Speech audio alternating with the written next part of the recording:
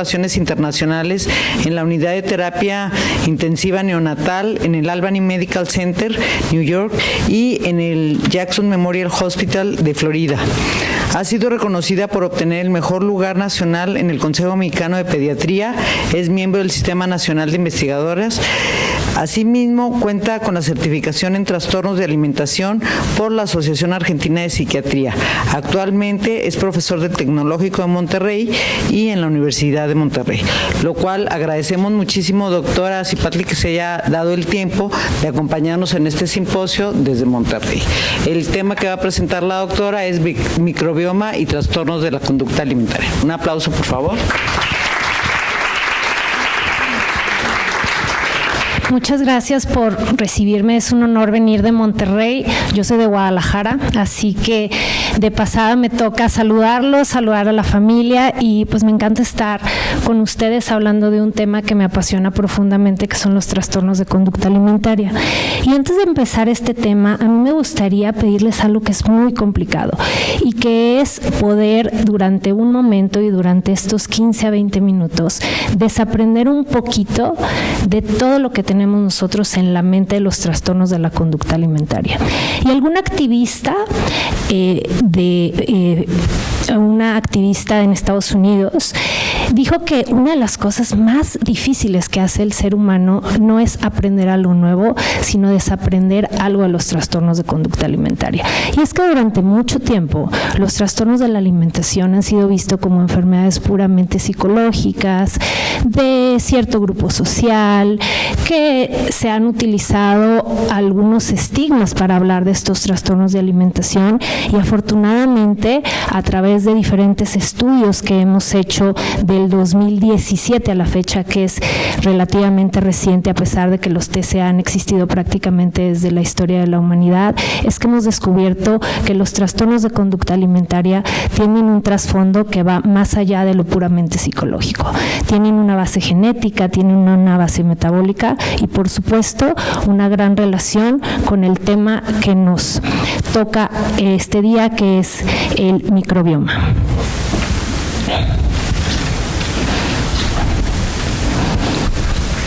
Esto es un libro y un artículo en el que hablamos de este tema por si a alguien le interesa profundizar un poquito más, y les puse aquí el código QR que ustedes con su celular pueden acceder directamente al artículo. Es un artículo que es Open Access y que se publicó en la revista de actualización en nutrición del 2021, en donde es un resumen del tema que vamos a tratar el día de hoy.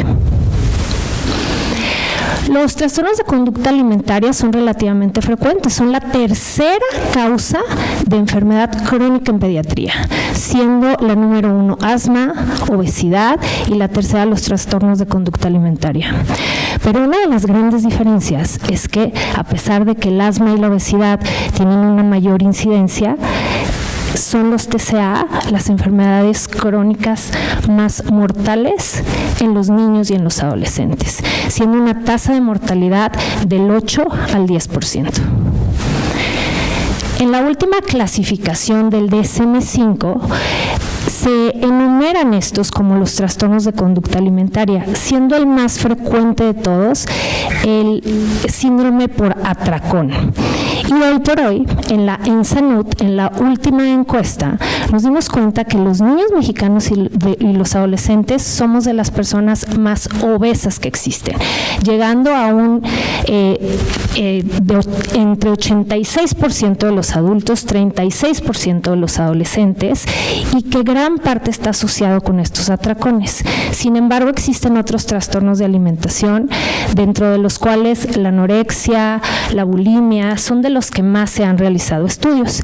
Y vemos aquí que están en color, en negritas, resaltados dos trastornos de alimentación que no estaban incluidos en el DSM previo, que es el ARFID, que en realidad el nombre correcto es Avoidant Restricted Food Intake Disorder, y la traducción en español en realidad todavía no está en la NIS como tal definido, pero es lo que alguna vez se conoció como picky eater. eaters, que ese término está en desuso desde el 2015 y que realmente hoy sabemos que el verdadero nombre es ARFID y que involucra diferentes alteraciones a nivel del sistema nervioso central y no es exclusivamente niños que no quieren comer por texturas o por apariencia, sino que hay mucho más de fondo y que se tienen que manejar desde una base psicológica y no puramente nutricional.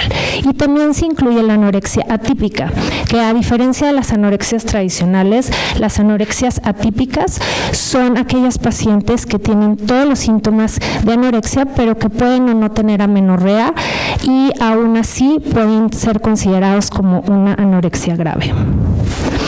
De la misma manera, les doy el acceso a otro código QR por si quieren tener más información acerca de los trastornos de conducta alimentaria para poder entrar más en el tema en el que vamos a trabajar el día de hoy. Vamos a ver entonces que hay diferentes factores que hacen que una persona pueda tener un trastorno de conducta alimentaria, dentro de los cuales la genética es uno de los más importantes. Recientemente en un estudio que se llevó a cabo en North Carolina, vimos que se estudiaron 56,000 pacientes con anorexia y que estos pacientes se compararon con un estudio control que llevaba el doble de pacientes para poder hacer lo que se denomina GWA, que son estudios amplios genéticos, y encontramos que existe en el cromosoma 12 una predisposición a desarrollar un trastorno de conducta alimentaria. Eso quiere decir que si bien hay una predisposición genética, no todas las personas que tienen una alteración en el cromosoma 12 van a desarrollar como tal un trastorno de alimentación, es solamente esta predisposición genética. Vamos a ver también que encontramos procesos inflamatorios a nivel del sistema nervioso central, personas que tienen tendencia a tener algo de personalidad perfeccionista, y a nivel social, pues vamos a ver que todos los días en redes sociales estamos viendo personas que hablan sobre alimentos buenos, alimentos malos, etiquetados frontales de alimentos que han sucedido en nuestro país y que clasifican a estos alimentos como exceso de calorías, exceso de azúcares, exceso de sal, y que a veces son tan absurdos como que puedes ver un paquete de azúcar con un etiquetado que dice exceso de azúcar.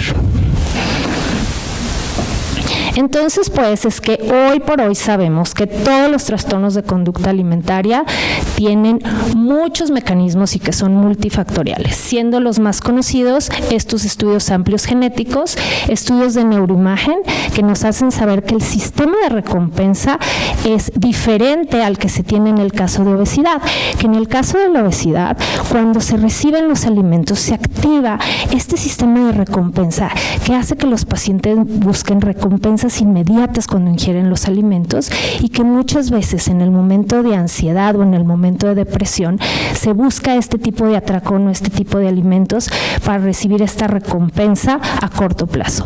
En las pacientes con anorexia funciona completamente al revés. El sistema de recompensa se ve afectado y cada vez que estos pacientes son expuestos a alimentos, el sistema de recompensa funciona al revés, creando y aumentando niveles de noradrenalina y sobre todo de dopamina tan altos que pueden ser iguales que los de los pacientes con esquizofrenia, generando alucinaciones auditivas constantes que hablan sobre lo malo, el potencial daño que pueden hacer los alimentos, y que la única manera de evitarlos es evitando los alimentos. Algunos otros, y aquí entra mucho el papel de la microbiota, es que vamos a ver que cuando los pacientes, específicamente en anorexia, empiezan a restringir los alimentos, también existe una disbiosis intestinal muy importante. Por ejemplo, empiezan a crecer bacterias que pueden alimentarse de otras sustancias para poder sobrevivir, y empieza a bajar la cantidad de bacterias que necesitan alimentarse, por ejemplo, de grasas animales, y empieza a haber una disbiosis muy importante. Hay un estudio muy interesante, que los más avanzados están en la Universidad de Stanford, donde el Dr. Park hace una investigación sobre el microbiota que se encuentra en pacientes que tienen anorexia y se dieron cuenta que es inversamente proporcional en cantidades a los pacientes con obesidad. Entonces se le ocurre hacer un estudio con ratas que son ratas estériles, primero porque se conservan en ambientes completamente estériles y que aparte reciben antibióticos para poder ser completamente estériles en cuanto a las bacterias que puedan tener en el intestino. Y esas bacterias son como el grupo control a las que se les hacen 2 trasplantes fecales. Ambos trasplantes fecales, uno es de un paciente con obesidad y otro es un paciente con anorexia, y entonces se notó que independientemente de la cantidad de alimento que recibieran estas ratas previamente estériles, había un cambio importante en el peso de las ratas solamente por haber cambiado y por haber hecho este trasplante fecal sin haber tenido modificaciones en la dieta, lo cual para nosotros, que es muy difícil tratar un paciente con anorexia por estos sistemas de recompensa que ya platicamos, suena muy interesante como un potencial para poder ofrecer estas bacterias a estos pacientes antes de que tener que hacer estas dietas hipercalóricas que van a generar una ansiedad muy importante. Pero entonces viene el siguiente problema: ¿cómo vamos a administrar estas bacterias? Porque realmente el trasplante fecal no es algo tan sencillo. Primero hay que encontrar a los mejores donadores. Y en Stanford también se hizo un estudio en donde a varios de los estudiantes que estaban ahí se les ofrecía el poder pagar algo de sus alimentos a cambio de sus muestras fecales para poder encontrar quién tenía una mayor biodiversidad. Y fue precisamente un alumno oriental, hablando de lo que dijo el doctor Daniel hace ratito, con una dieta mediterránea alta en verduras y en frutas crudas, quien se encontró que tenía un microbiota mucho más variado y mucho más sano. Sin embargo, para poder realizar un trasplante fecal se tienen que hacer una serie de pasos que me imagino que los vieron el día de ayer, que no es solamente que agarres la popó de la persona que tiene buenas bacterias y se la pases en un enema al otro paciente, sino que lleva mucho más procesos y que no es tan fácil. Entonces, ¿cómo le vamos a hacer si no podemos estar haciendo estos trasplantes fecales? Tenemos que encontrar cuáles son las bacterias que podemos administrar por vía oral y cuáles otras tienen que ser administrados como probióticos o como simbióticos. Y aquí voy a hacer un spoiler alert porque nuestros resultados son idénticos que los que mencionó la doctora Fabiola y los que mencionó el doctor Daniel. En realidad estamos en proceso, unos sirven, otros no sirven, unos mejoran, otros empeoran otros síntomas. Al final de cuentas, lo que más sirve es una dieta variada. Ese es el resumen hasta la fecha del día de hoy. Espero que pronto podamos tener más opciones. Me encantaría venir a decirles en este momento vamos a administrar este lactobacilo combinado con este otro, pero en realidad los estudios que tenemos específicamente en trastornos de alimentación dan todo tipo de resultados. Aquellos que mejoran el peso pero empeoran los comportamientos o los pensamientos o se incrementan los niveles de dopamina, aquellas otras que mejoran los niveles de dopamina y que tienen una mejor relación con los alimentos pero que no nos ayudan en el proceso nutricional.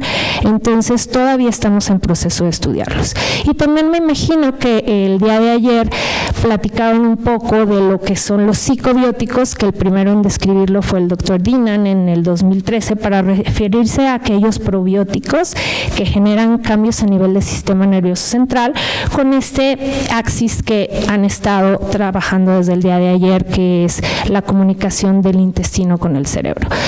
Y no nada más es importante trabajar o platicar acerca de esto porque Seguramente ustedes han escuchado que el intestino es el segundo cerebro, que la cantidad de bacterias que tenemos puede llegar a pesar kilos, que utilizar algunos antibióticos, sobre todo aquellos que se utilizan más de 7 días en niños, pueden llegar a afectar tanto el microbiota que se puede llegar a tardar hasta 18 meses, 1 año y medio en un niño es una barbaridad, en volver a recuperar aquello que se estuvo formando a través del nacimiento por un parto vaginal, a través de la lactancia.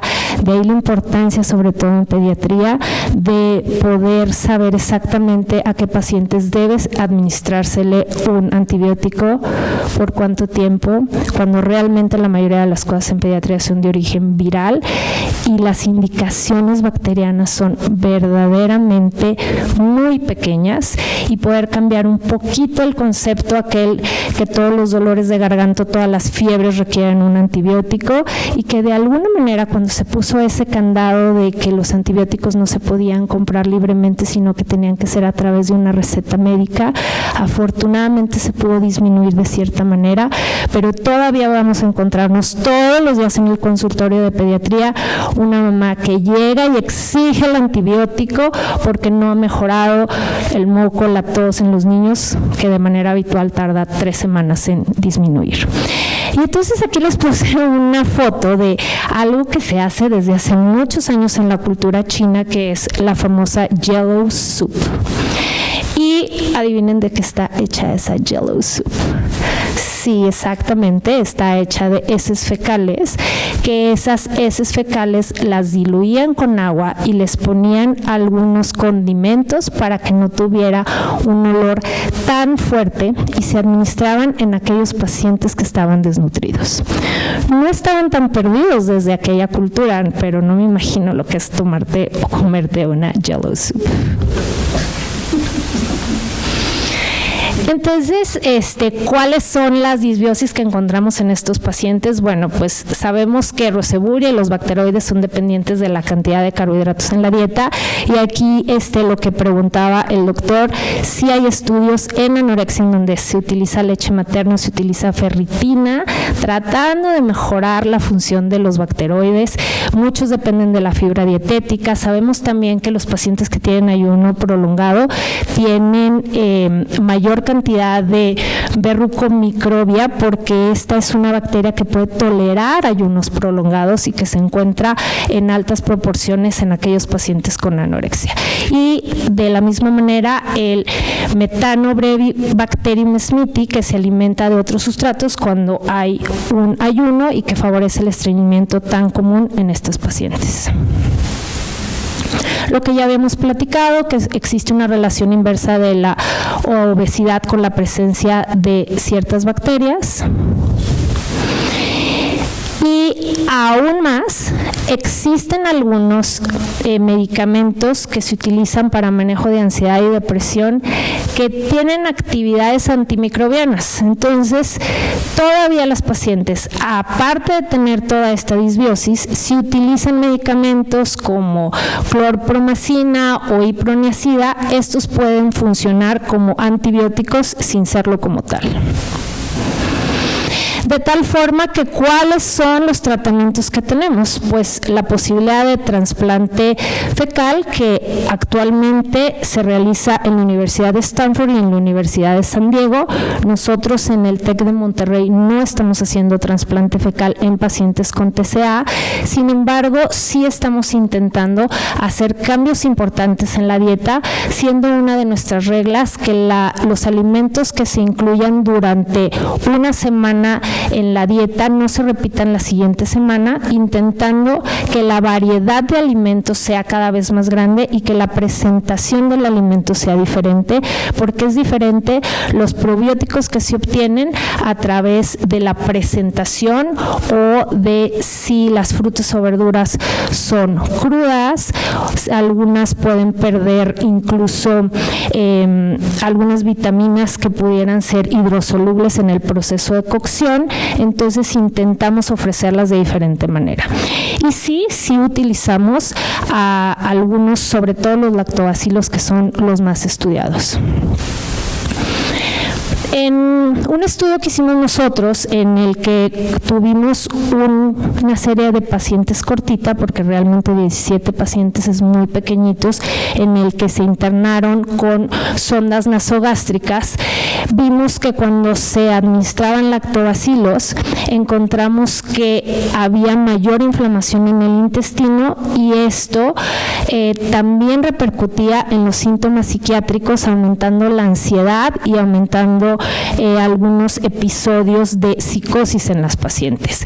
Entonces abandonamos la administración de lactobacilos por sonda nasogástrica y empezamos a intentar administrarlos por vía oral para ver si había una mejoría. Sin embargo, encontramos que los pacientes que recibían una dieta sin estos lactobacilos variada tenían una mejor recuperación tanto de peso como de sus síntomas neurológicos. Vemos también que estas bacterias no nada más repercuten en lo que hemos estado platicando a nivel neurológico, sino también a nivel de sistema endocrino. La mayoría de los pacientes llegan con alteraciones en el perfil tiroideo, sobre todo algo que se llama síndrome de eutiroideo enfermo, que significa que tienen la T3 elevada sin alteraciones en la TSH. Y esto no es porque tengan una disfunción a nivel de la tiroides, sino que realmente a nivel intestinal no se consumen estos precursores de la hormona tiroidea, no hay suficiente triptofano en la dieta y por lo tanto se reduce la T3 independientemente de la capacidad de la hormona tiroidea esté completamente conservada. Vemos estas alteraciones en el perfil tiroideo por escasez de los nutrientes y desgraciadamente muchos de estos pacientes terminan mal diagnosticadas con una hormona tiroidea que empeora todavía el problema de la nutrición.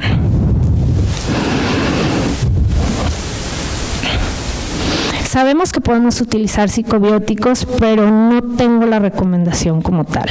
A nosotros nos ha servido utilizar algunos probióticos como Cirfos o Culturel en niños pequeños y sabemos que mejoran los síntomas intestinales y que también nos ayuda a mejorar la digestión. Pero realmente hoy por hoy sabemos que lo que más funciona es una dieta variada y todavía tenemos pendientes varios estudios para poder realmente hacer una recomendación completa. Sabemos que es prometedor, sabemos que el trasplante fecal puede ayudar, pero todavía estamos un poco lejos de poder tener una conclusión o poder tener una recomendación firme. Muchas gracias.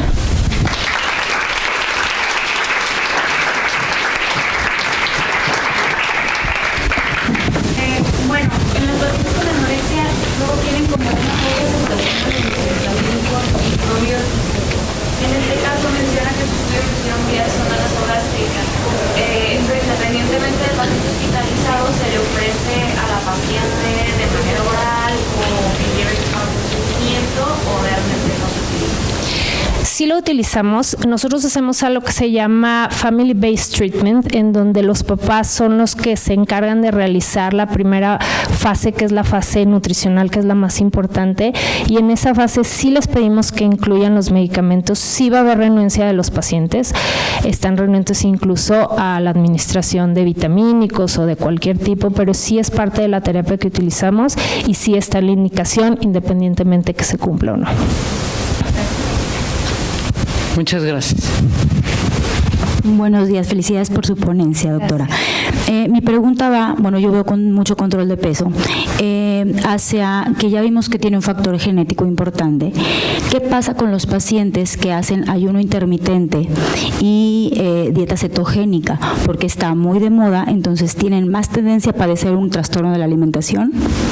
Sí, en realidad, tanto el ayuno intermitente como la dieta cetogénica solamente están indicados en adultos, no debe de administrarse en menores de 21 años porque realmente no sabemos la predisposición genética. Si todos llegáramos como con un estudio genético para saber qué predisposición tenemos, pues podríamos evitar hacer esas dietas, pero el problema es que ahorita lo estamos viendo cuando ya está desarrollado el trastorno de alimentación. Entonces, la recomendación es no hacer ese tipo de dietas antes de de los 21 años, sobre todo esperando que termine este desarrollo propio de los pacientes, porque cuando se detectan estos trastornos de alimentación de forma temprana sí afecta el crecimiento final.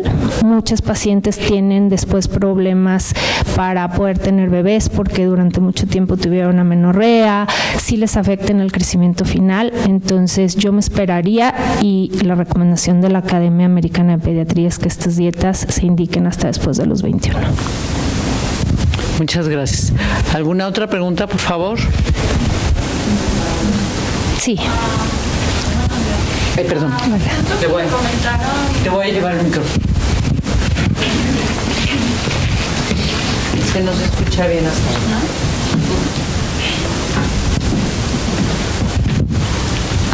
Justo cuando comentaron lo de la dieta cetogénica, me entró la duda de si había algún problema o si sabía usted si existía algún problema de conducta alimentaria en los niños los cuales son tratados con dieta cetogénica en cuestión a la epilepsia.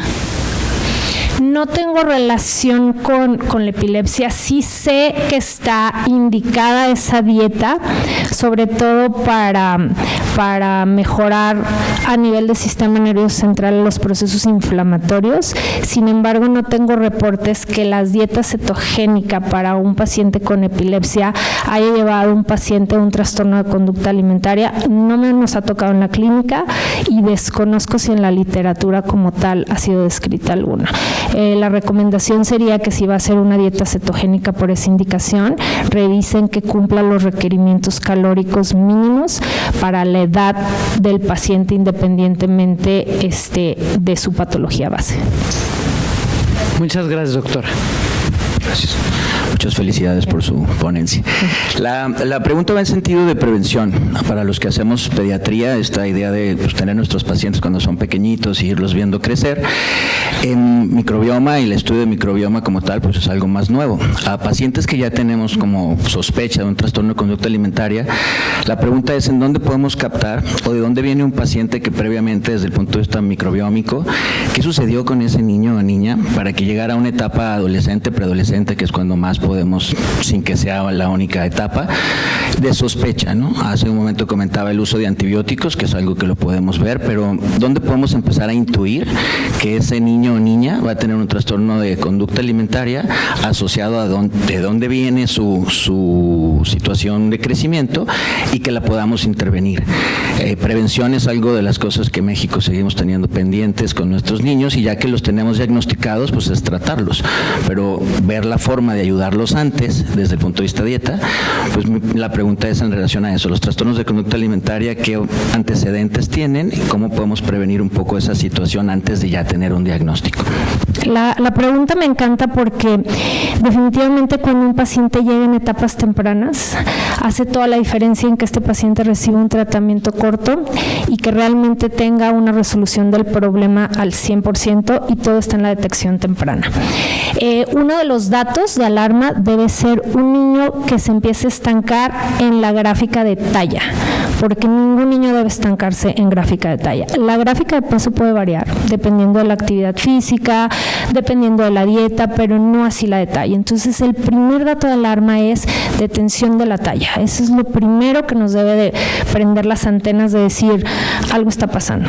Los segundos son niños que antes se alimentaban de forma intuitiva y que le gustaban ciertos alimentos y que de la nada empieza a decir ya no me gusta el pollo que me gustaba toda la vida. Entonces, ese es el segundo dato, decir cuando comías de forma intuitiva, esto te lo comías perfecto y de repente lo dejaste de comer. Y la tercera son preguntas alrededor de su figura corporal, que verdaderamente les genere conflicto el poder ver su cuerpo, empiezan a esconder el cuerpo, a vestirse con ropa o tallas muy grandes cuando, por ejemplo, está haciendo mucho calor y se ponen hoodies o se ponen pants para ocultar el cuerpo. Ese es otro dato de alarma. Ahora, a manera de prevención, como ya dijimos, esto tiene un antecedente genético, y muchas veces hay el antecedente en la familia de un trastorno de alimentación, y es muy importante a las niñas hablarles de la aceptación corporal y de la salud en todas las tallas, y el poder no hablarles mal de cuerpos, no decir un cuerpo delgado es un cuerpo sano, porque puede haber cuerpos grandes que están perfectamente sanos, y regresarnos un poquito a los tiempos de antes, cuando el momento de la comida se hacía en familia y que es un momento agradable, para empezar a quitar cada quien come diferente, esta comida es buena y esta comida es mala. Todas las comidas son buenas, solamente las porciones son las que debemos de contar como adecuadas. Gracias. Muchas gracias. Un momentito. Sí, doctor. Permiso. Doctora, la doctora Fabiola nos comentaba de la enfermedad renal, y hablando de niños que pueden tener esta patología, nos dejó ahí en la mesa pues realmente que al modificar la microbioma, ¿verdad? La microbiota puede traspasar varias decenas de toxinas, probablemente alrededor de 140 toxinas que pueden pasar y algunas de estas pueden pasar barrera hematoencefálica. Estos niños sufren trastornos de la conducta alimentaria por estos cambios en la microbiota y tienen problemas de ansiedad, sería la primera pregunta. Y la segunda, ¿hay tratamientos, verdad, para pensando solamente en el trastorno de la conducta alimentaria y problemas de ansiedad? Definitivamente sí hay una correlación, es una de las cosas que hemos aprendido, que esta disbiosis es parte de lo que hace que se aumenten ciertas catecolaminas en el cerebro, específicamente la dopamina, que es la responsable de estas alucinaciones auditivas. No tenemos un tratamiento específico para eso, utilizamos algunos medicamentos que pueden ser antidopaminérgicos, pero en realidad sabemos que mejorando las condiciones dietéticas puede ser suficiente para mejorar esos niveles de dopamina sin llegar a utilizar este tipo de medicamentos. Okay. Muchas gracias. Gracias. Sí, adelante. En el caso de los pacientes con vigorexia, ¿qué alteraciones se han visto en la microbiota intestinal? Los mismos que vemos con los pacientes con anorexia. Aquí, desgraciadamente, aunque ya vieron todos los trastornos de conducta alimentaria que hay, la mayoría de los estudios se hacen en pacientes con anorexia, porque son los que tienen una mayor mortalidad, pero realmente deberíamos estudiar todos los grupos, incluyendo PICA, incluyendo todos los anteriores. Pero hasta ahora sabemos que son las mismas alteraciones, porque al final de cuentas el paciente con vigorexia lo que hace es que a través de el exceso de actividad física hace actividades para de alguna manera quemar las calorías a través de los alimentos, y que lo lleva a una desnutrición muy similar de lo que pasa con los pacientes con anorexia. Es una de las variedades de anorexia. Muchas gracias. Última pregunta, por favor. A ver si se escucha o... Sí. Ahorita una pregunta asociada a lo que preguntaba ella de la vigorexia. ¿No hay algo descrito que sea asociado a la suplementación de proteínas con proteínas, que es súper común en los pacientes y que es asociada a la disbiosis y que esto favorece el desarrollo de un trastorno de la conducta alimentaria? Esa sería la primera pregunta. Y luego serían los atletas de alto rendimiento que tienen los aumentos tanto en la permeabilidad intestinal, que también pudiera estar asociado a que tengan mayor riesgo de desarrollar los enfermos. La primera pregunta no tengo una respuesta, porque no he visto un estudio como tal que relacione la vitamina en polvo o los suplementos con alguna disbiosis como tal, no, pero sí puedo decirte que sí utilizamos parte de estas vitaminas, de estos suplementos en polvo, de estas proteínas, porque muchas veces no llegamos a las calorías con la dieta. A veces necesitamos dietas, por ejemplo, de 3.500 calorías, y meterlas en 5 comidas es muy complicado, y utilizamos mucho estos suplementos. Sí los utilizamos. Sí está descrito que en atletas tienen alteración de la permeabilidad, y de ahí la importancia de que la dieta que se haga para estos atletas sea una dieta en donde se calcule no nada más la energía que se gasta con el entrenamiento, sino su gasto energético basal, y poder ofrecer unas dietas que realmente aporten las calorías o los requerimientos nutricionales para poder que estos atletas tengan un mayor rendimiento. Gracias. Muchas gracias. Muchas gracias. Un aplauso, por favor. Agradecemos a la doctora Ayuso. Es parte del comité organizador. Ella es doctora en Ciencias Médicas por la Universidad de Colima. Realizó una estancia doctoral en el Instituto de Agroquímica y Tecnología de los Alimentos en Valencia, España, y tiene un posgrado en el programa de nutrición pediátrica en la Escuela de Medicina de la Universidad de Boston. Tiene varios diplomados, es miembro actualmente del Instituto de Nutrición Humana aquí en la Universidad de Guadalajara. Actualmente es directora nacional de la Licenciatura de Nutrición y Bienestar Integral del Tecnológico de Monterrey. Es miembro del Sistema Nacional de Investigador y a pesar de ser tan joven ya tiene un primer lugar a nivel latinoamericano de la Sociedad Latinoamericana de Gastroenterología, Hepatología y Nutrición, con el trabajo que nos va a presentar ahorita, ¿no? Entonces le damos un aplauso y bienvenida, Andrea. Muchas gracias. Bueno, pues buenos días a todos. Muchas gracias por la presentación. Y bueno, pues les voy a platicar sobre la microbiota, tanto intestinal como oral, en niños con parálisis cerebral. Este es el contenido que les voy a presentar. Van a ser alteraciones gastrointestinales en niños con parálisis cerebral, características de la microbiota en estos niños, las diferencias entre la microbiota intestinal del niño con parálisis cerebral versus la microbiota del niño sano y estudios que se han realizado con probióticos y prebióticos sobre la microbiota en esta población. Voy a comenzar con las alteraciones gastrointestinales en niños con parálisis cerebral y voy a comenzar con la definición de parálisis cerebral, ya que hay algunos elementos muy importantes que se tienen que considerar para esta definición. Uno de ellos se refiere al grupo de condiciones no progresivas, quiere decir que bueno, la enfermedad no va a avanzar durante el tiempo, durante la vida del niño, sino que el daño neurológico que ya se presenta en una etapa infante y prácticamente en la etapa fetal, pues ya se queda, pero no se va a ver un cambio más importante a nivel neurológico, sino que esta lesión neurológica se presenta durante toda la vida. Pueden haber complicaciones un poco más adelante en la vida del niño, pero esto es realmente debido a la espasticidad, a la característica de la hipotonicidad de los músculos y pues no es una complicación, ¿no?, de la lesión neurológica. Decíamos que bueno, presentan en la fase fetal o en la fase infantil en su mayoría y tienen impacto en el movimiento y la postura, se asocian también con limitaciones en la actividad. Esta es la discapacidad infantil más común en pediatría y bueno, afecta entre 1.5 a 4 casos por cada 1000 nacimientos. Es prácticamente de las enfermedades neurológicas, digamos, la más común, la que más se presenta. Las alteraciones gastrointestinales en esta población son muy comunes. Prácticamente alrededor de 9 de cada 10 niños presentan alguna alteración gastrointestinal. Y de estas alteraciones gastrointestinales, las más comunes son el estreñimiento, que se va a presentar hasta en un 74% de la población, el reflujo gastroesofágico como enfermedad, hasta un 70%, de hecho estas son las de mayor prevalencia en niños con parálisis cerebral. También la disfagia, pero la disfagia se presenta en mayor proporción en lactantes hasta los 24 meses de edad, siendo que hasta los 5 años disminuye el problema hasta en un 43%. Otro es la cialorrea, que provoca enfermedades orales como la caries principalmente y pues casi más del 50% de los niños presentan este problema. La distensión abdominal es muy común en ellos, los vómitos y el vaciamiento gástrico retardado también.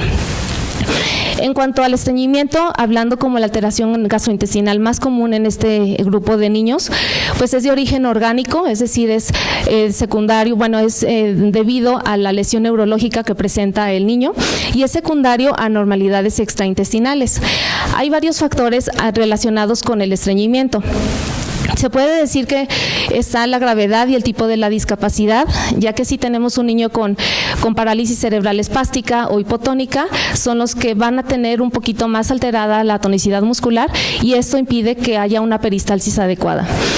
También la función motora gruesa, ya que si estamos viendo aquí en la imagen a un niño que está postrado en silla de ruedas, no tiene la movilidad adecuada, pues va a tener más riesgo de tener estreñimiento. También alteraciones óseas, varios de ellos presentan escoliosis o contracturas de cadera, que eso pues impide también un adecuado estado nutricio también, y la menor movilidad corporal, como podemos ver, bueno, pues que el niño que no se mueve, no tiene actividad física, pues es un niño que también tiene mayor riesgo de estreñimiento. La hipotonía de los músculos abdominales, como decíamos, la peristalsis disminuida, y hay una también gran cantidad de factores dietéticos que están asociados al estreñimiento en esta población.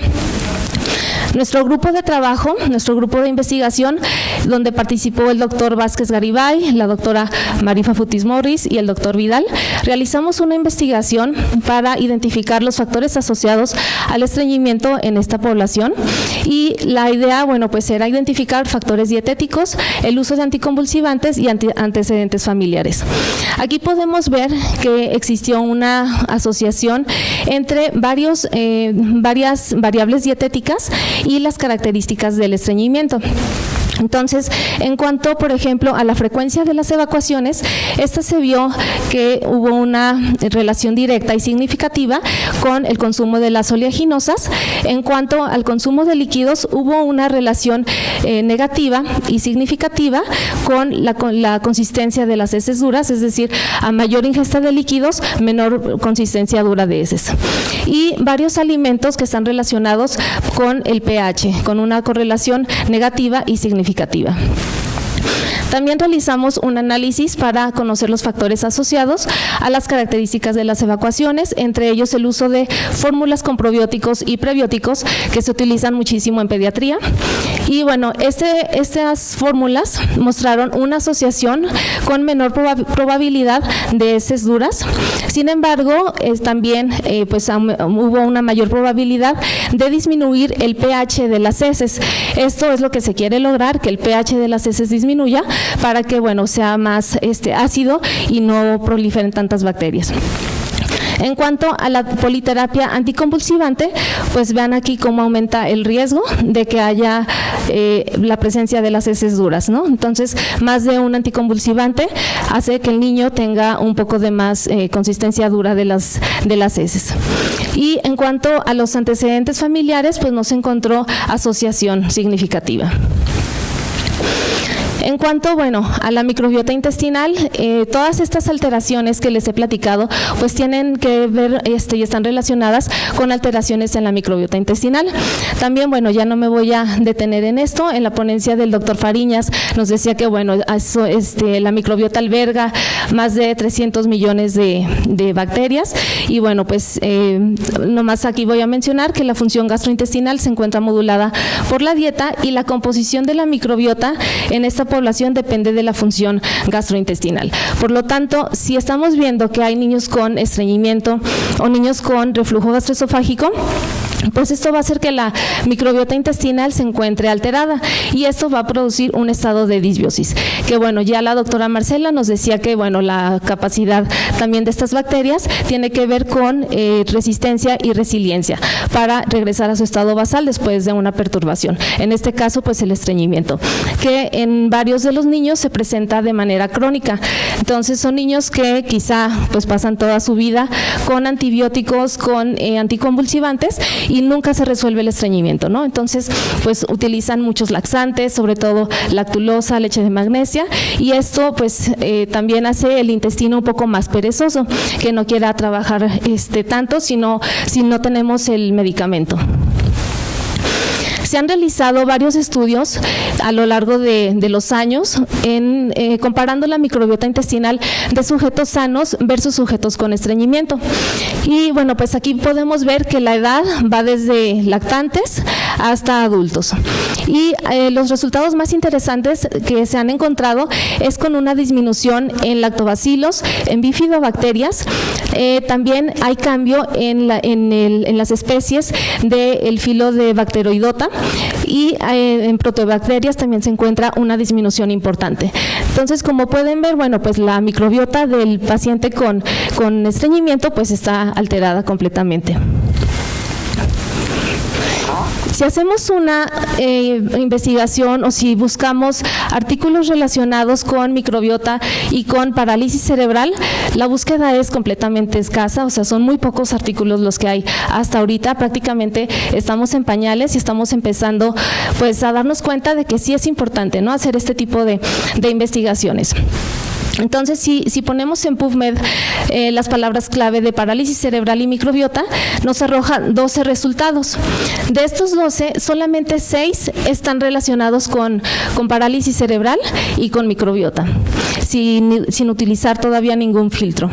Y si hacemos una búsqueda sobre ensayos clínicos que se hayan realizado en parálisis cerebral y microbiota, solamente aparece una publicación que es un estudio que nosotros realizamos y que les voy a platicar más adelante. Para continuar aquí con el contenido, voy a continuar aquí con las características de la microbiota en niños con parálisis cerebral. Estos artículos que les voy a platicar ahorita están incluidos dentro de los 6 que ya les mencioné en PubMed y están encabezados principalmente por 2 grupos de investigadores en China. Uno de los grupos, que es el representante, el doctor Wang, pues hay 5 artículos que han publicado su equipo de investigación, y hay otro grupo también de investigación encabezado por el doctor Liu, que ha publicado un artículo. Se los voy a presentar. El objetivo de este estudio fue comparar la microbiota con 2 dietas diferentes y determinar si estas diferencias se relacionan con las alteraciones gastrointestinales en niños con parálisis cerebral. Esto es importante, ¿por qué? Porque, bueno, no todos los niños con parálisis cerebral tienen la misma dieta, no todos tienen la misma alimentación. Hay niños que tienen alteraciones en la función motora y también en la mecánica de la deglución. Entonces, no todos pueden comer o masticar con la misma habilidad. Entonces, hay niños que se tienen que alimentar con dietas líquidas y hay otros que sí pueden comer alimentos sólidos. Por lo tanto, pues es interesante este estudio porque analiza las 2 dietas diferentes. Se analizaron 40 sujetos con parálisis cerebral, 23 con dieta líquida y 17 con dieta normal. La dieta líquida consistió en leche en polvo, pasta de arroz y sopa de arroz. Y la dieta normal en alimentos sólidos, principalmente basados en alimentos de origen vegetal y pocas cantidades de alimentos de origen animal. Aquí podemos ver las características de estos 2 grupos y podemos ver que hubo diferencia significativa en el peso y en la talla. Quiere decir que, bueno, el grupo con dieta general tuvo mayor peso y mayor talla. Aquí podemos ver las alteraciones gastrointestinales. Hubo diferencia significativa en cuanto al estreñimiento, que era lo que, bueno, les mencionaba un poco. El grupo con dieta líquida obviamente es un grupo de niños que tiene una menor capacidad, una afectación mayor. También hubo diferencia significativa en la distensión abdominal, en cuanto al vómito y en cuanto al sangrado gastrointestinal. En cuanto al nivel de la función motora gruesa, podemos ver que todos los participantes del grupo de la dieta líquida eran niños que no deambulaban, mientras que en el otro grupo hubo niños que sí deambulaban y otros que no. También podemos ver aquí que no hubo diferencia significativa en cuanto a los tipos de parálisis cerebral, se incluyeron de todos los tipos de parálisis. Y podemos ver también aquí, bueno, la terapia anticonvulsivante, ¿no? Hubo diferencias significativas en la monoterapia anticonvulsivante, que fue más común en los niños con dieta general, y también en la politerapia anticonvulsivante, donde los niños con dieta líquida tenían más medicamentos que en los niños con dieta general. También, bueno, pues aquí podemos ver las diferencias significativas en la dieta. Hubo diferencias significativas en proteínas, en hidratos de carbono y en fibra. Es decir, bueno, pues el grupo con dieta general tenía un poco de más macronutrimentos y micronutrimentos que la dieta líquida. Este es el top 5 de abundancia relativa en los 2 grupos y podemos ver que la microbiota intestinal es diferente en cuanto a filos en los 2 grupos. En el grupo con dieta general predominaron los bacteroidetes y estos se encontraron casi al doble que en el grupo con la dieta líquida. En cuanto a firmicutes se encontraron casi en la misma proporción, sin embargo los firmicutes predominaron en el grupo con dieta líquida. Y en cuanto a actinobacterias, pues estas fueron mucho mayor, casi al doble, en el grupo con dieta líquida. Entonces, como podemos ver, bueno, pues sí, es la dieta, el tipo de dieta que consumen los niños. Si revisamos, bueno, cómo fue la dieta líquida, prácticamente eran pues arroz, ¿no? Arroz y leche. Entonces, bueno, pues aquí hay varios factores que también alteran esta composición de la microbiota. Aquí podemos ver gráficamente lo que les acabo de mencionar. Las barras rojas son los bacteroidetes en el grupo de la dieta general y las barras moradas es el grupo de las actinobacterias que fueron mayor en el grupo de la dieta líquida.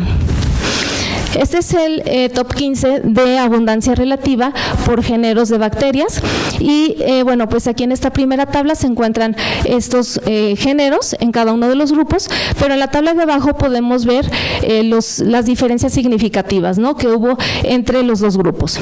Entonces podemos ver que en el grupo con dieta general prácticamente hubo abundancia, un poco más que en el grupo de la dieta líquida, en Prevotella, en Coprococos, Ruminococos, Fecalibacterium y Lactobacillus. Realmente esto es lo que confiere una microbiota un poco más sana, ¿no?, un poco más saludable. En cambio, en el grupo de la dieta líquida se encontró mayor aumento en Egartella, Collinsella, también Alistipes, y estas tres bacterias se presentan sobre todo en pacientes con disbiosis. En cuanto a las bifidobacterias, también se encontraron mayor en este grupo, pero esto, bueno, la posible causa es que es una microbiota más inmadura que la del grupo con dieta general. En este análisis de componentes principales podemos ver que hay una diferencia significativa en cuanto a la microbiota de los dos grupos. Podemos ver aquí que el grupo con dieta general, el cuadrante, se asoció más al enterotipo de Prevotella, y en cuanto al grupo de dieta líquida, el cuadrante se relacionó más con Bifidobacterium y con bacteroides. Como conclusiones de este primer artículo podemos decir que la microbiota intestinal difiere de acuerdo al tipo de la dieta. En la dieta general, en este grupo, se encontraron mayor cantidad de bacterias productoras de butirato, es decir, eran un poco más la característica de una microbiota sana, y en la dieta líquida hubo más bacterias patógenas oportunistas. Esto, bueno, pues puede inducir a inflamación, permeabilidad intestinal, y además pueden estar asociadas al sangrado intestinal, que como recuerdan se presentaba en la dieta líquida.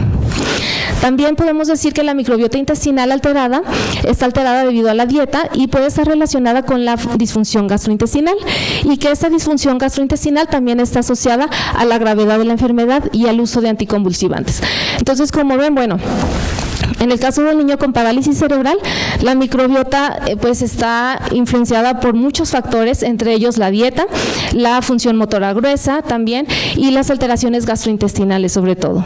Entonces no podemos generalizar que un niño con parálisis cerebral tiene una microbiota en específico, sino que son muchos los factores que van a hacer que sean diferentes.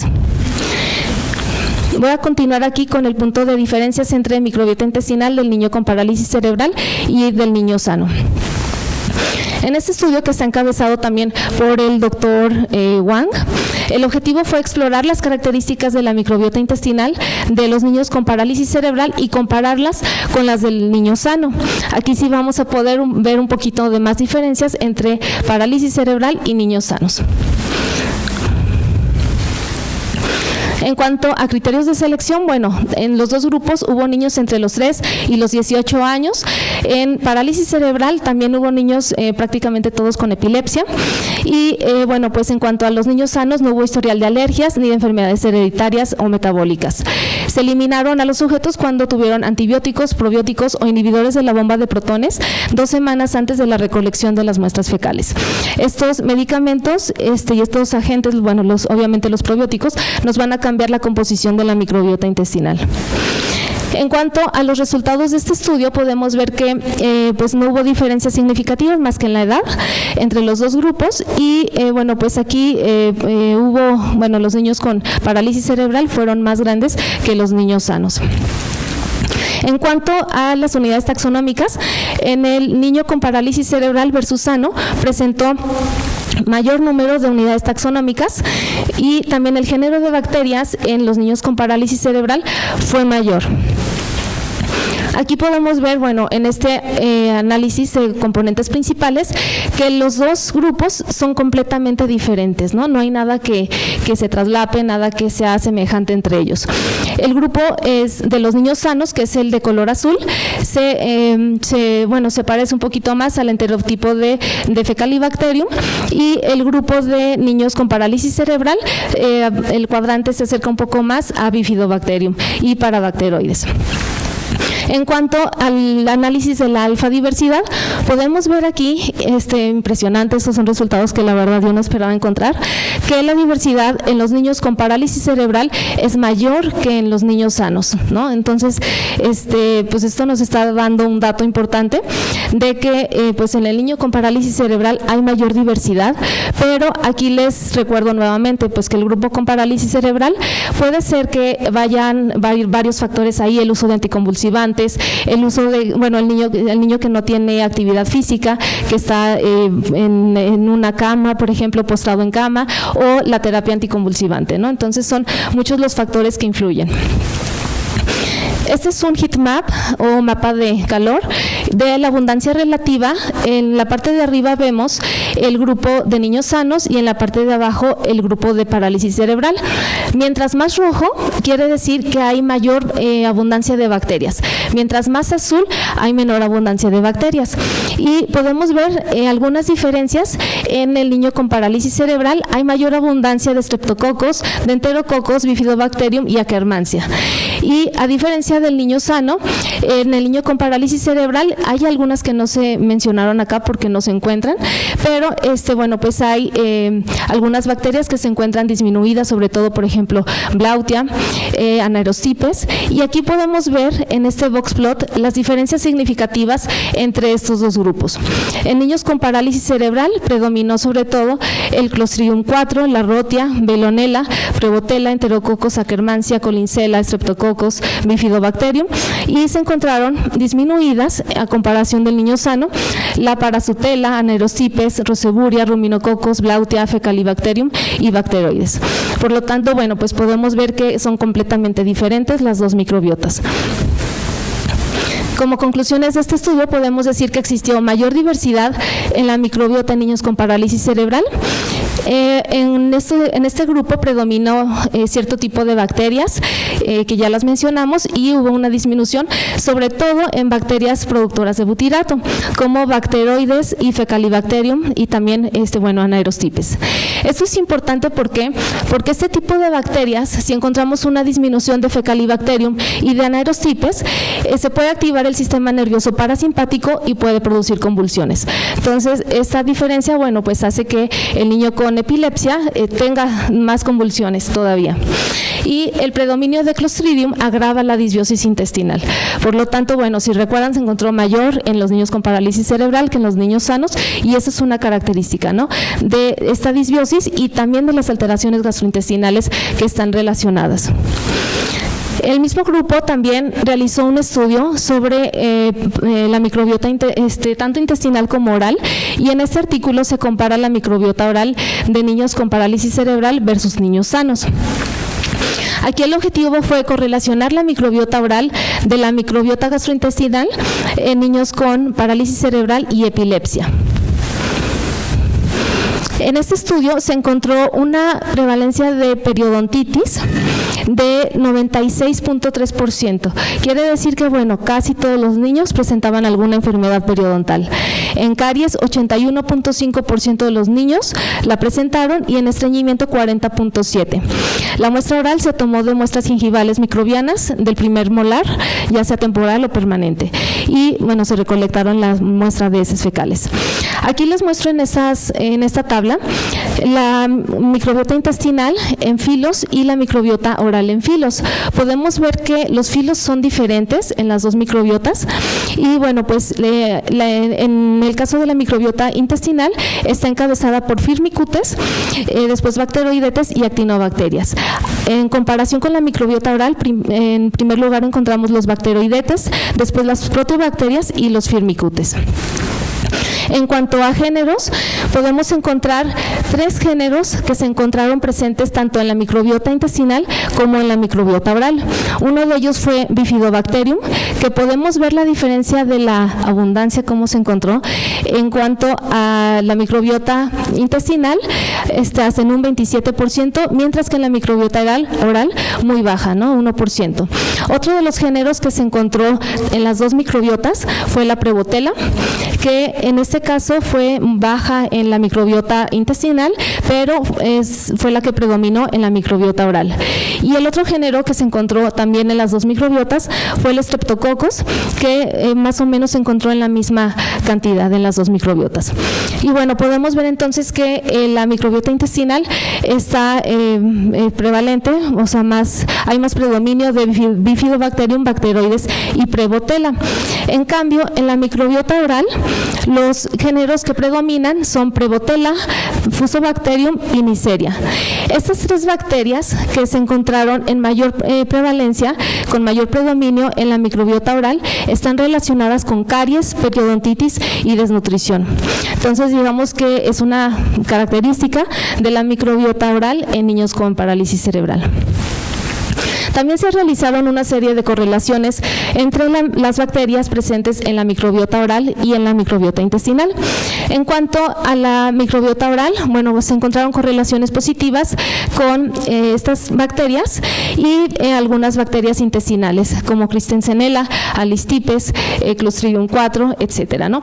¿Esto qué quiere decir? Bueno, que hay algunas bacterias que sí encontramos en la boca y también en el intestino, que son las que dan características de una disbiosis. Por lo tanto, de este estudio se puede concluir que la microbiota oral y la microbiota intestinal están conectadas. Las bacterias responsables de la disbiosis oral pueden traslocarse hasta el tracto gastrointestinal e inducir disbiosis. Por lo tanto, bueno, estas bacterias que se encuentran en cavidad oral viajan hasta el intestino y también producen disbiosis. Y esta disbiosis en las 2 microbiotas tiene impacto en las enfermedades clínicas como caries, periodontitis y desnutrición. Por lo tanto, bueno, tal vez sería, de acuerdo a lo que nos presentó ayer el doctor Mira, quizá utilizar algún probiótico en la cavidad oral para prevenir estas enfermedades periodontales en niños con parálisis cerebral, ¿no?, que son de alta prevalencia. Este otro estudio está realizado por el otro grupo de China, el grupo encabezado por el doctor Liu. Y aquí analizaron también la composición de la microbiota oral en niños con parálisis cerebral y en niños sanos. La muestra también fue de placa supragingival. Podemos ver aquí en este gráfico el índice de Shannon y cómo se encontró la alfa diversidad en 3 grupos de parálisis cerebral. El primer grupo eran niños con parálisis cerebral con caries severas, el segundo grupo era con caries moderadas y el tercer grupo eran niños con parálisis cerebral sin caries. Podemos ver que la alfa diversidad fue mayor en el grupo con parálisis cerebral y con caries severas, ¿no? Y que el niño sin caries y con parálisis cerebral tuvo una menor alfa diversidad. También aquí en este heatmap podemos ver las bacterias que predominaron en los 2 grupos. Este es el grupo de niños con parálisis cerebral y este es el grupo de niños sanos. Si recordamos ayer lo que nos mencionaba el doctor Mira, que el Fusobacterium nucleatum era la bacteria principal que se encarga de las caries, ¿no?, que está relacionada con caries. Entonces, si recuerdan, bueno, pues esta es una bacteria alargada a la cual se van a anclar muchos patógenos. Por lo tanto, bueno, pues es la bacteria que más va a jalar a los patógenos y es la que más abunda tanto en niños con parálisis cerebral como en niños sanos. También en niños con parálisis cerebral se encontraron otras bacterias abundantes como Campylobacter rectus y Prevotella intermedia, que bueno, pues en niños en niños sanos sin parálisis cerebral no se encontró tanta abundancia de estas bacterias. En cuanto a los estudios realizados con probióticos y prebióticos sobre la microbiota de niños con parálisis cerebral, les voy a mencionar del grupo encabezado por el doctor Wang de China. Este estudio, bueno, pues fue registrado en una base de datos de ensayos clínicos, pero de China, no fue registrado en una base internacional de datos. Bueno, el objetivo de este estudio fue investigar el efecto de la fibra dietética combinada con probióticos en microbiota intestinal y en niños con parálisis cerebral y estreñimiento. Aquí se incluyeron 35 niños con parálisis cerebral, 14 con dieta general, 21 con dieta líquida. Todos pertenecían a los niveles 1 al 3 de la función motora gruesa, es decir, eran niños que deambulaban o caminaban con alguna ayuda, y 21 niños sanos. Esta fue la metodología y se recolectaron muestras al inicio, al mes y a los 6 meses de la intervención. La dieta líquida consistió en lo mismo que ya les había mencionado, igual la dieta general, y en este caso todos los niños con parálisis cerebral recibieron una fibra dietética que era el psyllium, 20 gramos al día por un mes, solamente por un mes de los 6 meses de la intervención. Y los probióticos se administraron por los 6 meses y se administraron 2 diferentes mixes de probióticos. No se incluyeron aquí niños con enfermedades metabólicas, con infecciones y con tratamiento con antibióticos y probióticos 2 semanas previas a este estudio.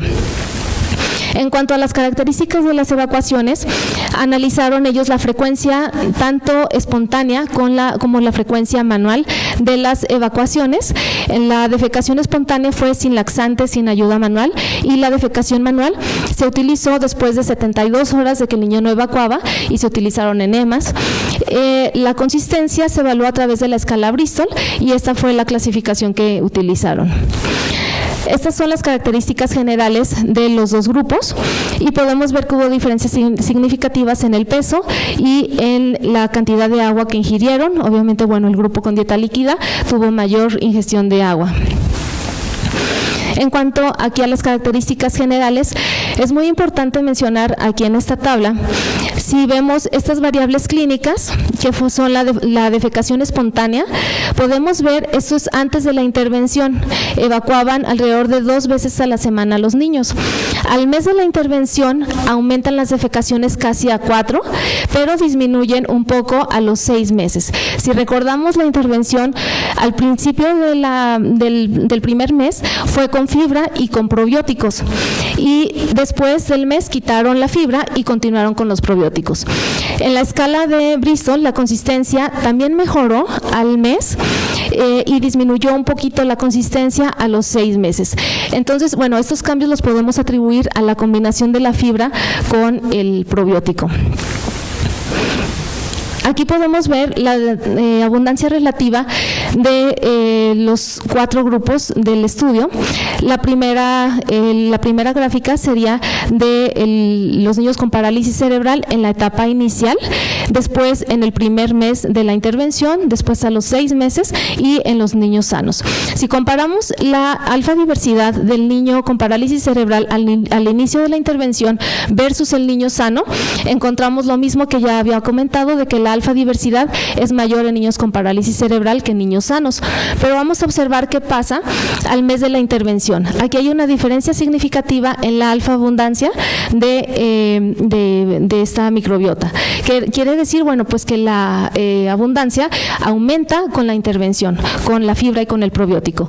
¿Y qué es lo que pasa a los 6 meses? Que no hay una diferencia significativa entre la alfa diversidad de estos 2 periodos de tiempo. Aquí podemos ver que, bueno, pues son diferentes, como habíamos mencionado, las microbiotas entre el niño sano, que se agrupa prácticamente en este lado hacia los bacteroides, y el niño con parálisis cerebral. En los 3 grupos se enfocan más que nada en estos 2 cuadrantes. Entonces, bueno, son diferentes las 2 microbiotas. Aquí podemos ver los géneros de las bacterias en los niños con parálisis cerebral durante los 3 meses las 3 mediciones de la intervención y en niños sanos. Podemos ver que al inicio de la intervención en niños con parálisis cerebral hubo mayor predominio de Bifidobacterium y de Prevotella, que sería este color como rosita. En cuanto al grupo de niños sanos, que se encuentra en la parte final del gráfico, podemos encontrar que era rica su microbiota en bacteroides y en Fecalibacterium. Lo que sucedió al mes de la intervención en el grupo de niños con parálisis cerebral es que aumentaron bacterias beneficiosas, entre ellas bacteroides, Aquí se puede ver en esta gama de color azul que bueno, fue mayor al mes de la intervención, también Fecalibacterium y también Lacnospiracia. Pero estas bacterias disminuyen a los 6 meses. Recordemos que bueno, es el efecto también de la fibra, ¿no? La fibra soluble. Y en cuanto al mes y a los 6 meses, hubo una disminución en estas bacterias, Aloprevotella, Collinsella, Megasfera y también Suterella. Entonces, bueno, estas bacterias se consideran, que son también patobiontes y pues están relacionadas con el consumo también de fibra, ¿no? De que disminuyeron. En este gráfico podemos ver ciertas correlaciones que hicieron los autores con variables clínicas y algunos géneros de bacterias. Este es el grupo de niños con parálisis cerebral y con dieta general en la fase inicial, al mes y a los 6 meses. Igual aquí, mientras más rojo, bueno, pues quiere decir que hay mayor correlación y más azul es menor correlación. Entonces podemos ver que hay correlación al inicio del estudio con Clostridium y Suterella con relación al peso. La Suterella es una bacteria que está relacionada con alteraciones gastrointestinales. Entonces, por eso, bueno, la encontramos más presente, sobre todo al inicio del estudio. Al mes podemos ver que hubo una correlación entre Oxalibacter y Christensenella con la defecación manual. Entonces, bueno, Oxalibacter es una bacteria que se ha asociado mucho a la colitis ulcerativa. Y a los 6 meses podemos ver que hubo una correlación significativa con Bifidobacterium y la defecación espontánea. En cuanto al grupo de la dieta líquida, al mes podemos ver que hubo una correlación entre Suterella y la consistencia de las evacuaciones, mientras que a los 6 meses hubo una correlación con Fecalibacterium y Cetobacterium, ¿sí? Con la consistencia de las evacuaciones, que son, digamos, las correlaciones más importantes por mencionar. Como conclusiones de este estudio, podemos decir que la suplementación con probióticos y fibra dietética mejoró la frecuencia y la consistencia de las evacuaciones después del mes de la suplementación. Incrementaron ciertas bacterias, entre ellas la abundancia de bacterias productoras de butirato, mientras que disminuyeron la abundancia de patobiontes. Incrementó la alfa diversidad en el grupo de niños con parálisis cerebral al mes y esta alfa diversidad se mantuvo hasta los 6 meses. Ya no existió una mayor diferencia, pero se mantuvo hasta los 6 meses. Y la suplementación con probióticos mejora las variables clínicas y la microbiota cuando se utiliza un probiótico simultáneamente. Por último, bueno, les voy a mencionar este estudio que realizamos también por parte del equipo con el doctor Vázquez Garibay, la doctora Mari, el doctor Vidal. Y bueno, pues este estudio lo realizamos en niños con parálisis cerebral, que prácticamente eran niños postrados en cama, y analizamos ciertas características del estreñimiento, de las evacuaciones y también algunos análisis de la microbiota intestinal. En este estudio se incluyeron 37 niños con parálisis cerebral. El grupo con prebiótico recibió inulina de agave en 4 gramos y recibió una mezcla oleosa como placebo. El grupo probiótico recibió Lactobacillus reuteri en 10 a la 8 unidades formadoras de colonias al día y maltodextrina como placebo. Bueno, pues aquí las dosis fueron iguales entre placebo y entre el agente que se recibió. El grupo simbiótico recibió tanto inulina de agave como Lactobacillus reuteri y el grupo placebo recibió los 2 placebos. Estos fueron nuestros criterios de selección, que son bastante amplios, y este es el flujograma de trabajo.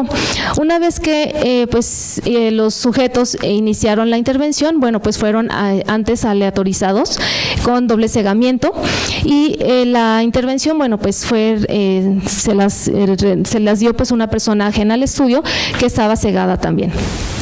Después de 4 semanas de intervención se obtuvieron las muestras de heces, también se obtuvieron muestras previo a la intervención, se congelaron las muestras a menos 80 grados y se evaluaron variables clínicas y antropométricas, también variables dietéticas y se recopilaron diarios. Después de esto, bueno, se evaluó la presencia del Lactobacillus reuteri por PCR y también se determinó el pH de las heces. En esta tabla podemos ver los resultados de nuestro estudio y bueno, pues en la mayoría fueron niños que pertenecían al nivel 5 de la función motora gruesa. El tipo de parálisis cerebral más común fue la espástica. La mayoría usó anticonvulsivantes y la mayoría de ellos también una politerapia anticonvulsivante. La mayoría de los niños fue alimentado por vía oral. Aquí podemos ver los parámetros de los criterios Roma 4, que son criterios clínicos para el estreñimiento, y podemos ver que bueno, el grupo probiótico mostró diferencias significativas en cuanto a la retención de heces, en el dolor al evacuar, en las heces voluminosas, y en la masa fecal en recto. En el grupo simbiótico hubo diferencias significativas en todos los parámetros de Roma 4, menos en la frecuencia de las evacuaciones, y en el grupo probiótico hubo diferencias significativas en cuanto a retención de heces, dolor al evacuar, heces voluminosas y masa fecal en recto. En cuanto al grupo placebo, no hubo ninguna diferencia significativa. También podemos ver, bueno, aquí que la frecuencia de las evacuaciones fue estadísticamente significativa solamente en el grupo probiótico. Quiere decir que, bueno, el probiótico aumenta la frecuencia de las evacuaciones. En cuanto al pH de las evacuaciones, solamente el grupo probiótico mostró un cambio significativo, una disminución en el pH de las heces, y en los demás grupos no se vio una diferencia significativa. En cuanto a la consistencia de las heces, las clasificamos como heces duras y hubo una disminución significativa durante las 4 semanas solamente en el grupo prebiótico. Esto fue una mejoría del 62%. Quiere decir que, bueno, el niño que tuvo inulina de agave, pues fue el que mejor, ¿no? Al que mejor le fue en cuanto a la consistencia de las evacuaciones. Y finalmente, bueno, hicimos un análisis para ver la cantidad de Lactobacillus reuteri en 2 grupos, que fue el grupo probiótico y el grupo placebo al final del estudio. Podemos ver que hubo diferencias significativas en Lactobacillus reuteri en los 2 grupos. Y también realizamos, bueno, pues una correlación entre la concentración de Lactobacillus reuteri y el pH de las heces. Mientras es mayor la concentración de Lactobacillus reuteri, pues disminuye más el pH, ¿no? Entonces, esto es interesante ya que el Lactobacillus reuteri tiene la capacidad de acidificar las heces.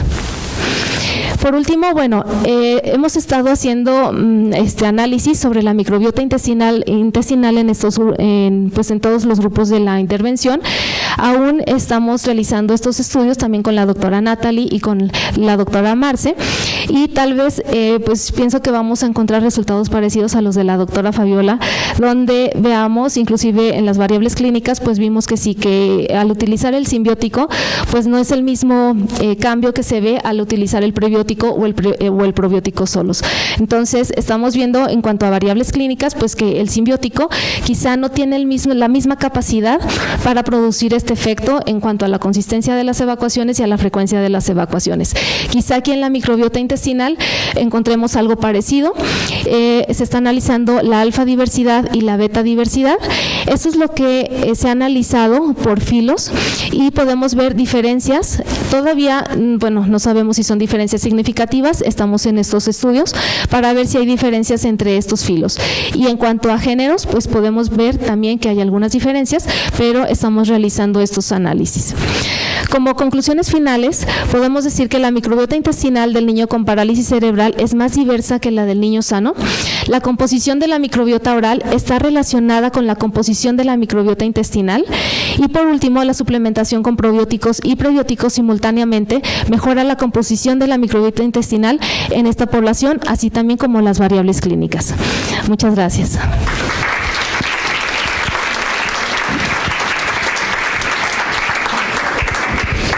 Muchas gracias, Andrea.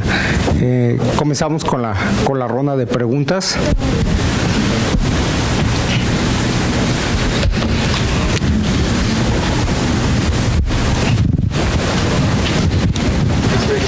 Sí, sí se escucha. Ah, ok. Hola, Gracias, doctora, por su presentación.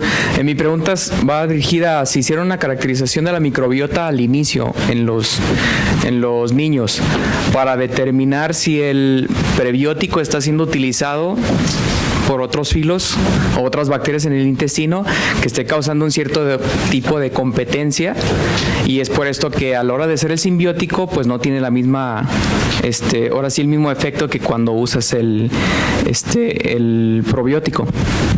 Sí, eso es lo que pensamos nosotros, que tal vez nosotros utilizamos inulina de agave y quizá la explicación es de que no sea el mejor sustrato para Lactobacillus reuteri.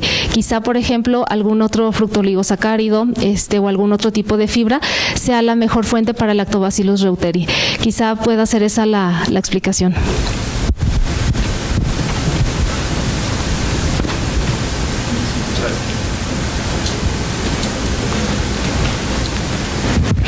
Bueno, gracias Andy por tu presentación.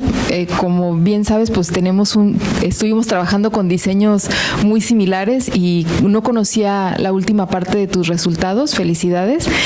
Pero me llamó la atención que la comparación de la abundancia de reuteri solo la comparaste entre el probiótico y el placebo.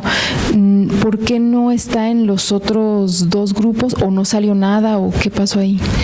Sí, los otros dos grupos no los alcanzamos a comparar debido tanto al tiempo como a otros factores también que no se pudo realizar. Pero las muestras, sí las tenemos y en dado caso sí, una parte sí es realizar ese análisis también.